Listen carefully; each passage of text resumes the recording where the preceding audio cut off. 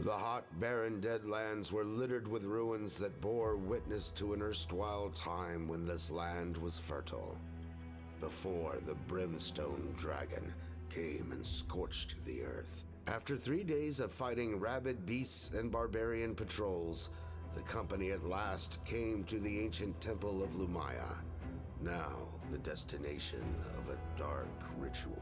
Folk of every race were being driven in droves by barbarians through the great temple gates to the sound of a deep, throbbing drone. Galleus Bloodcrest. Galleus was canny and strong, learned equally in courtly etiquette and street smarts. To survive as a senior commander of Arnock's City Watch, and one of the few lizard men trusted by the largely human overseers of Arnock's defense, demanded nothing less.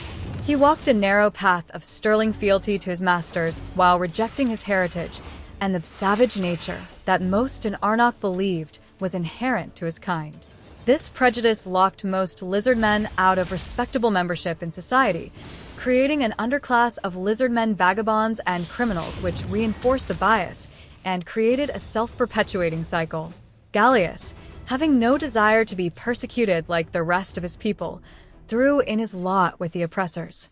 Galleus was recruited after he ventured alone into Arnock's sewers in an attempt to rescue some kidnapped children that included one of his cousins, as well as collect the reward for killing their captors. Armed only with a sickle and hatchet better suited to farm work, he cut his way through gigantic rats, living slime, and fetid drowned undead just to reach the kidnappers, many of whom he killed. To his shame and dismay, he could not rescue the hostages, who the gang relocated when Galleus began his rampage. When he brought a dozen bandit heads before a magistrate to claim their bounty, the city guard took note of his grit, persistence, and capacity for bloodshed. They made him an offer he could not refuse. To vet his loyalty, Galleus was frequently pitted against his own kind as an undercover infiltrator of lizardman gangs, and he cracked numerous smuggling operations, violent cartels, and ideologically motivated insurrectionist cells. Galleus knew he was exploiting his fellow lizardmen, that their virulent hatred of him as a traitor to his kind and class was at least somewhat justified. Nonetheless, he feigned an indifferent swagger when around them, which aggravated them further, and believed his overlords marked his commitment.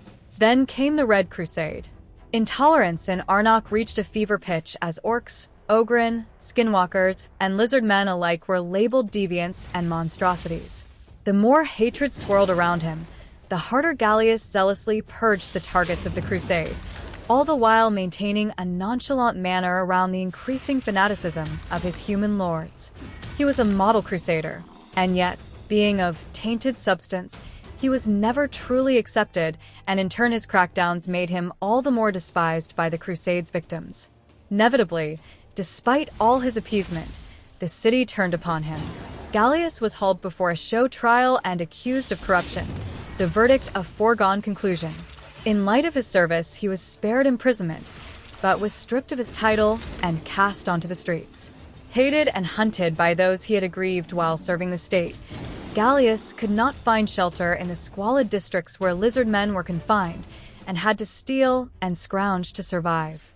He stole a chicken from the marketplace, but when he slaughtered and consumed the fowl, misfortune struck once again. He soon became a skinwalker. The transformation was quick, but agonizing, and the pain of realization of what he had become hurt Galleus even more. He had fallen so far, betraying his people to stay in the graces of those who hated him not for what he did, but what he was. Self. Pity clawed at his heart.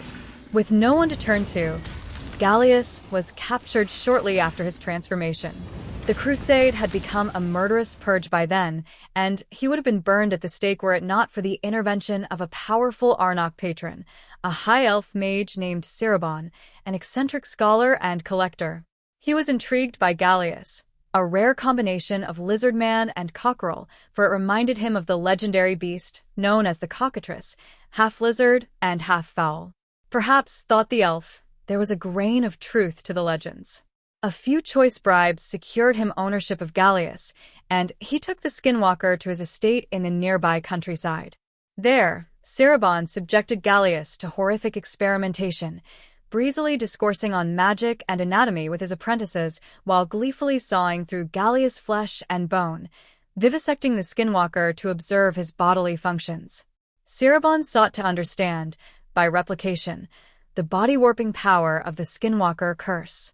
To this end, he enchanted Galleus' flesh to be more pliable and mutable, and deliberately destabilized the curse energy bound his body and soul. Galleus' guttural clucks of anguish that accompanied each new spell were taken as signs of efficacy. Finally, Cirebon caused Galleus to transform yet again, from humanoid rooster into a huge, scaled and feathered exaggeration of his previous state. Delighted, Cirebon proclaimed that he had discovered the next stage of the skinwalker disease. Cirebon, like Galleus once had, thought himself safe from the powers that be. But, as it did with Galleus, the rising tide of violent intolerance consumed him. The Crusaders came to believe that Cirebon was a sympathizer of blasphemy, seeking to create empowered skinwalker monstrosities to fight against the forces of light, and stormed his laboratory. Galleus escaped during the chaos, slaughtering Crusaders and Cirebon's apprentice fleshcrafters alike in the process. The maddeningly unnatural magic emanating from him, his stench of chemicals and gore, and his dreadful appearance, combined to drive his adversaries into an atavistic frenzy. They were easy prey as they charged recklessly at him, desperate to destroy a being that should not have been. As he loped away from the carnage, Galleus was confronted by a flash of white light. The Arbiter herself stood before him, sternly holding a glimmering shard. She pronounced her judgment, sympathizing with Galleus' suffering but declaring that he could not go free to menace the wider world.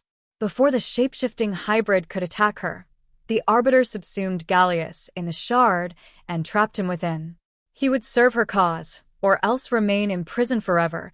He was too strong to ignore, yet too pathetic to destroy. The company announced to the multitude that Bad Alcazar was dead. But to their horror, as the incantation to Seroth resumed, they realized the souls of the congregation were still corrupted. It was then that the Arbiter appeared, with news from the Knights of the Sacred Order. They were assembling at Godfrey's Crossing, in a final bid to destroy the demon priests of the hallowed halls. "Go forth and make haste, brave champions," she intoned. "I will stay and purify these souls."